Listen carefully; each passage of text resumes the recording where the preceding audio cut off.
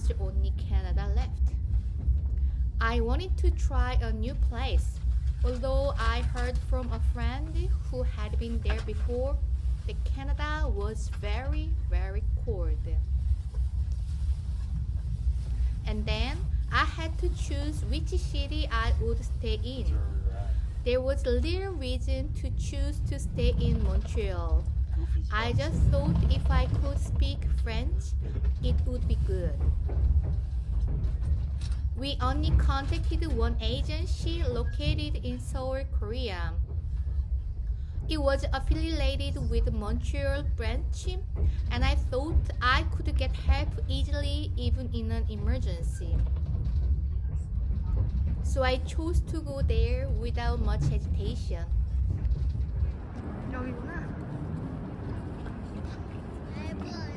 After landing, I realized how hard it is to live in another country without knowing the language.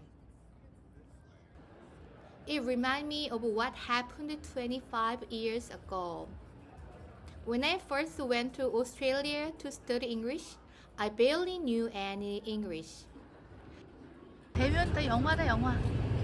도깨비다 도깨비. One day, the homestay host asked me to get in the car, but I didn't even understand the phrase, take the back seat. I only heard back, so I walked to the back of the car near the trunk, wondering what I was supposed to do. Finally, the host gently took my arm and helped me in the car with a sigh. I didn't know it meant sitting in the back seat of the car. I felt embarrassed, and that was the moment I decided to take studying English seriously. 위에 올라오면 어떨까? 네, 곤돌라 타고 있습니다. But it was already 25 years ago.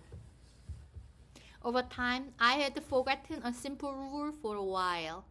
When I go somewhere, I should learn the language beforehand. 비행기야. 여기가 섬이었지.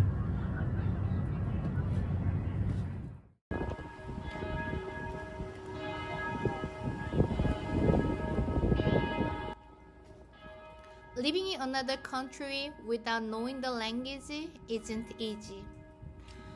It was okay if I just spent money.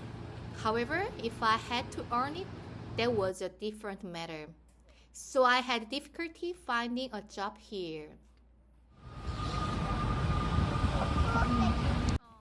If I had spoken even a little French at the time, I could have had a much richer experience there. I always do something without thinking it through. That was the problem. But that is just who I am.